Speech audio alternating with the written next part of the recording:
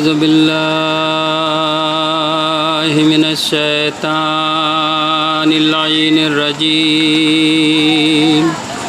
بسم الله الرحمن الرحیم عزادار و اہل حرم تشہیر ہوتے ہوئے محل یزید تک پہنچے جب دربار میں ان ستم رسیدہ کا داخلہ ہوا تو اس وقت 800 کرسی نشینوں کا مجمع تھا۔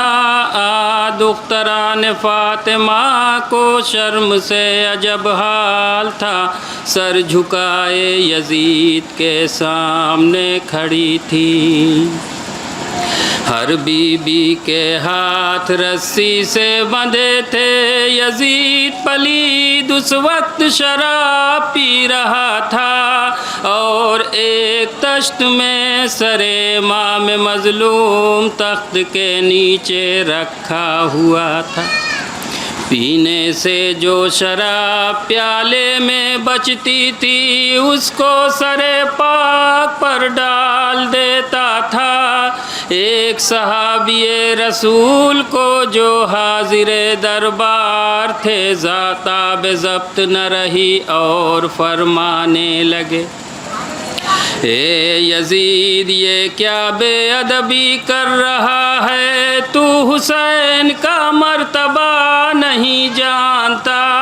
یہ وہ ہے جس کو کبھی میں نے رسول کے سینے پر سوار دیکھا اور کبھی پشت اور شانے پر۔ یزید قرآن ناطق کا فرزند ہے، اس کا احترام تجھ پر لازم ہے۔ یزید نے غضبناک ہو کر کہا، او بے عقل خاموش ہو، میں نے تجھے فضائل حسین بیان کرنے کے لیے نہیں بلایا بلکہ ان قیدیوں کا تماشا دکھانے کے لیے بلایا ہے۔ یہ سننا تھا کہ وہ فوراً ملول ہو کر اٹھ کر کھڑے ہوئے۔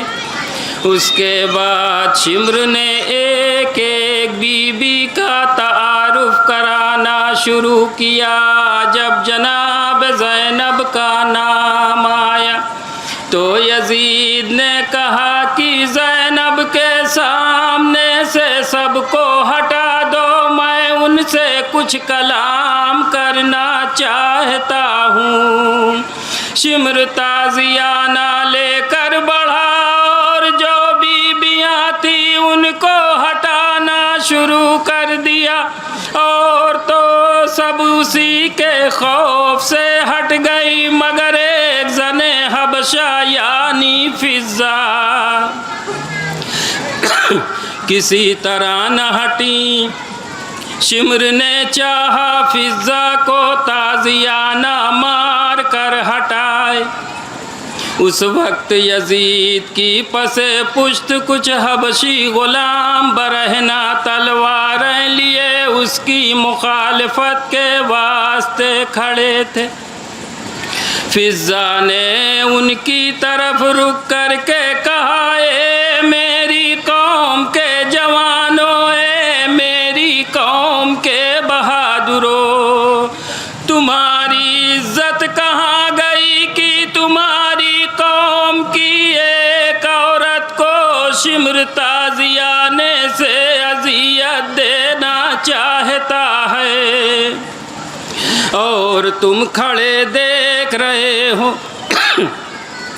یہ سننا تھا کہ سب جوان بگڑ گئے اور یزید سے کہنے لگے، اے امیر شمر کو روک، اگر اس نے اس ضعیفہ پر دست درازی کی تو ہم شمر سے اس کا بدلہ لیے بغیر نہ رہیں گے۔ یہ حال دیکھ کر یزید نے شمر کو روک دیا۔ اس وقت جناب زینب سے رہا نہ گیا، سر امام سے خطاب کر کے کہنے لگی، اے غیرت دار بھیا، ایک زن